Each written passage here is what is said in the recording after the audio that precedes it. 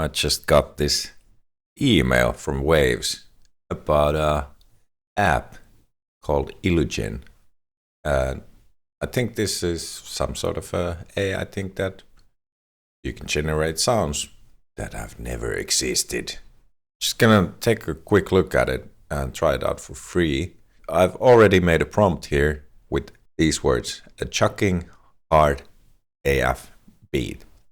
And then I click generate. So this is, you can test this out, and it gave me 3 beats. We can also check some other prompts here. It's a desktop app, and of course it's a subscription thing with like 150 monthly credits, so, and 150 credits welcome bonus. So we're gonna talk a little bit about this. But yeah, first of all, let's just hear what it came up with this prompt. So, chucking hard AF beat.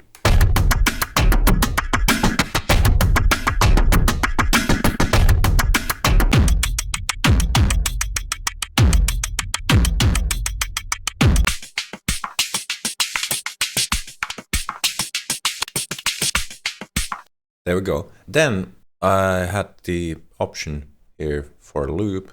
I set the BPM myself. You can put auto in there, and then we can do a one shot. Let's try one shot. Chill, snare, hit, ice cream chill. There we go. Let's hit generate and let's see what it comes up with. I'm not gonna get the desktop app. You'll probably want me to like subscribe or register anyways. Oh, okay.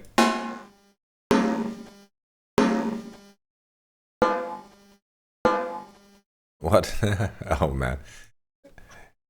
Kick ass bass in C. You can get some prompt tips from here.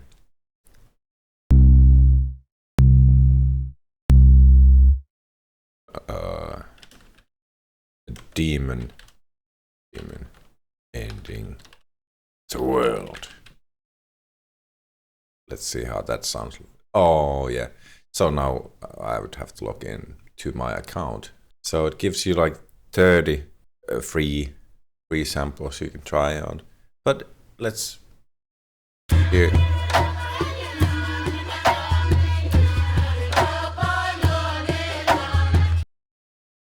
This is how it goes.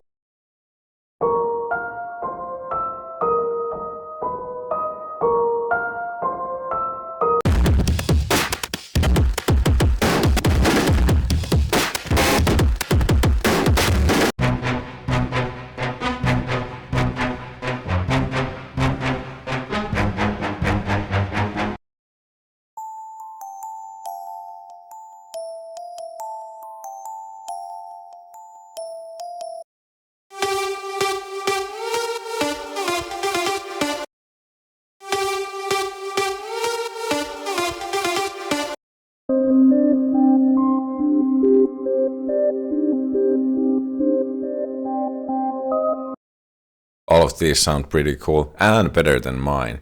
I don't know if I'm a bad prompter or if these have been picked out like carefully to show, of course, the best of what this can do. So yeah, the whole thing about AI, like, I don't want to use it. I don't want things that have AI.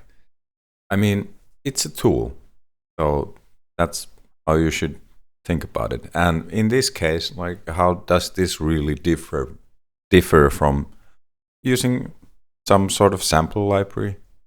In the end, you might get the results faster than going into one and trying to find the sound that you have in your mind. Or this could totally let you down also, and you're not going to be able to find it, and then you have to go to some sort of, or look at all your samples anyways. So it is what it is. It's going to be integrated into a ton of stuff, into music already. So I just think about it, just gotta look at it as a tool. And of course, it can be a tool that doesn't require you to learn to play an instrument or, learn music theory. But I think that's always been the case when you really think about it. All you gotta then practice and get good at is to recognize and make songs that sound good, how to put it together, and then you can put your time into all that stuff on the production side and so on.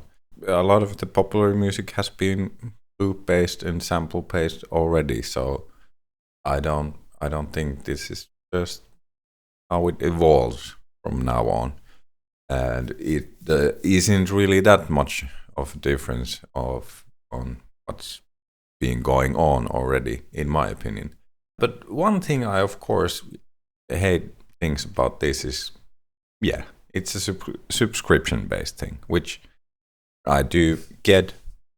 Maybe they need to run servers or whatnot, but I think any like manufacturer of plugin softwares like this would just let you buy it and use it, would get a lot of more customers that way. I mean, people do, of course, pay the subscriptions and so on. So this is where it gets kind of tricky in my mind. It's like if you want to be making music at some point, let's say popular music, which I don't recommend to anyone. There's no money in it. But yeah, then you constantly have to be like chucking money into these tools. Then it's not anymore enough that you buy yourself some gear, all the devices, software you need. In the end, you'll end up paying a monthly subscription fee for your tool. I mean, that's what it's heading towards to, and I don't think that's a good thing. Then when we think about what I just said, making things and music making more available and accessible to people, well, that's not really the case then. That starts happening. Like, imagine having a running bill of 150 euros a month to use your tools that you make music with.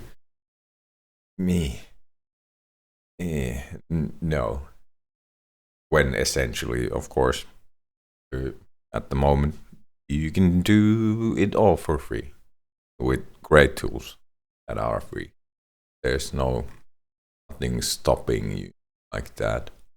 Oh, and then, of course, here's the fact. So the frequently asked questions.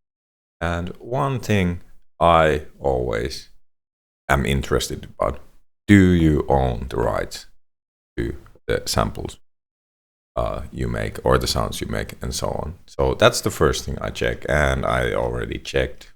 I have to go here. Who owns the samples? You own the rights to use the samples in your own creative work, such as not for resale. You may not repackage or resell the samples as standalone samples, nor them to train other AI models. I mean, how can you know that you aren't when you have all sorts of AI stuff going on in your computer already? Yeah, you might be.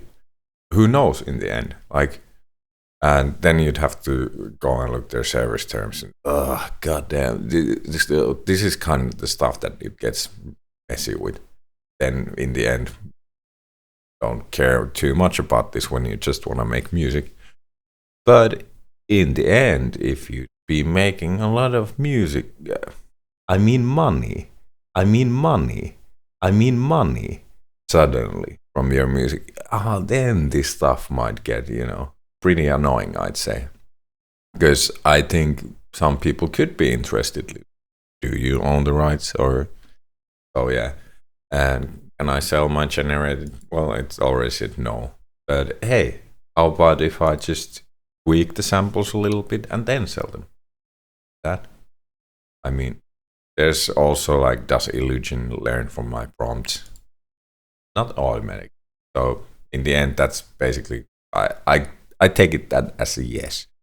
So because that's like not a clear no answer. So then it means, in my understanding, yeah, your data, creative data, private, personal information. I mean, do you have privacy or personal information on the internet anymore.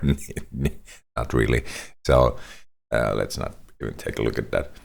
What data was ILLUGEN AI trained on?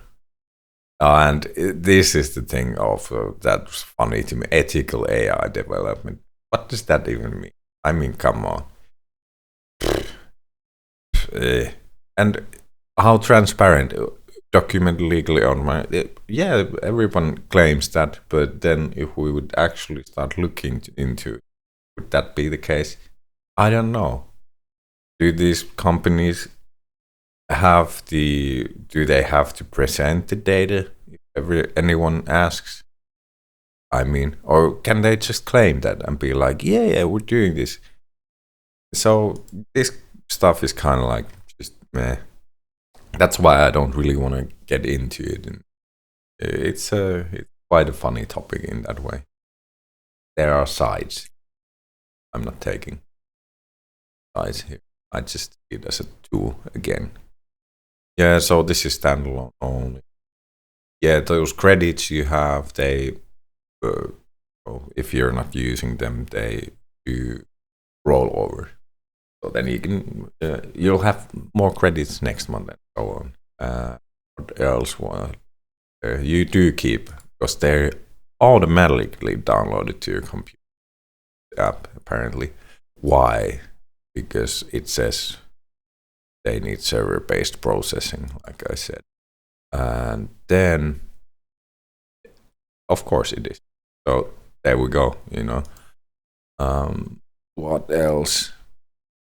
Yeah, they do. The credits do expire. I think it was, here, like if you're inactive for 12 months, it's gone. That kind of sucks. Then there's all this stuff. You can go in the website and check it out for yourself. I'll leave the link in the description. And yeah, that's pretty much my take on this. I mean, I'm not gonna, like I said, I don't like the subscription thing. I'm not gonna be getting this myself. Seems pretty interesting. But yeah, this was, like I said in my email today, a lot of just rambling about the AI, so on. Give it a try and then think about its worth, the monthly subscription.